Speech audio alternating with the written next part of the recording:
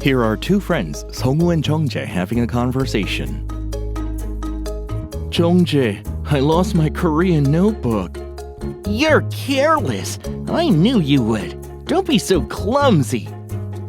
Why did you put it that way? I'm already upset that I lost my notebook. If Jongjae had shown some empathy for Songwoo instead of pointing out his mistake, Songwoo must have communicated better with Jongjae without being upset. Empathy is an essential factor in addressing issues through cooperation and communication in the future society.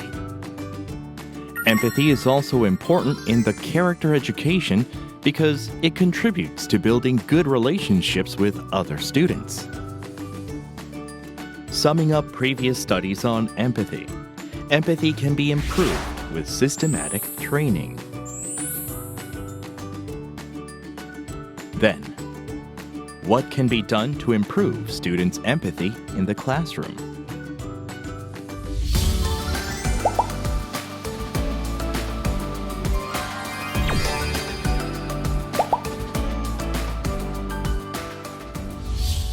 The Korean Institute for Curriculum and Evaluation has established education measures to facilitate the understanding of empathy education in the school curriculum. First, this study reconceptualizes the definition of students' empathy and empathy education by analyzing the previous studies and consolidating experts and school teachers. The components of empathy education can be categorized into components of core and supportive parts. The components of core parts are emotional self-awareness, cognition, emotion, communication, and practice.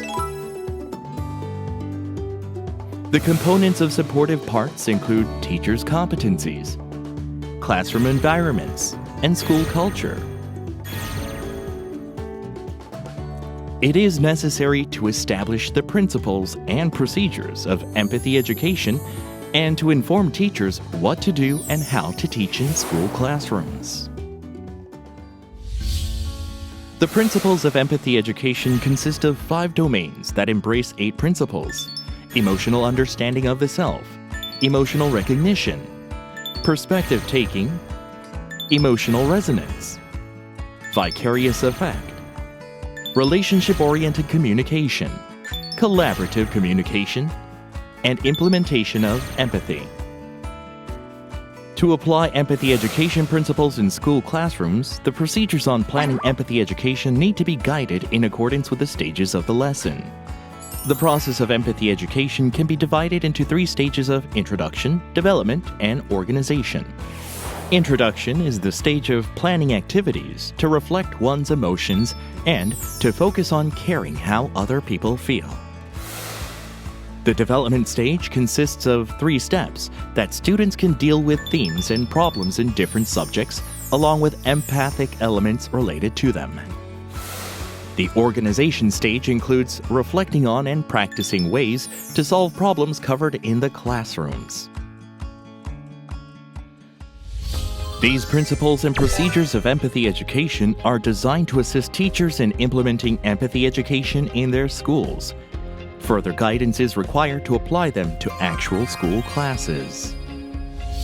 A model program in Korean classes has been developed to help students understand how people communicate in daily conversations and empathize the characters in literature.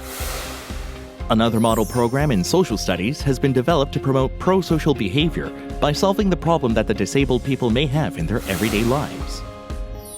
And finally, the other model program in art has been developed to address empathy with the characters in a story, focusing on aesthetic sensitivity and visual communication skills. Another model program that students can resolve challenges through activities in designing various everyday life products.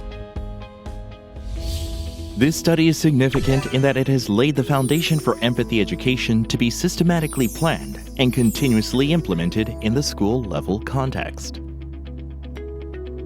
However, by only focusing on the empathy education in the school curriculum conducted during classes, there are limitations in promoting the empathy ability of students.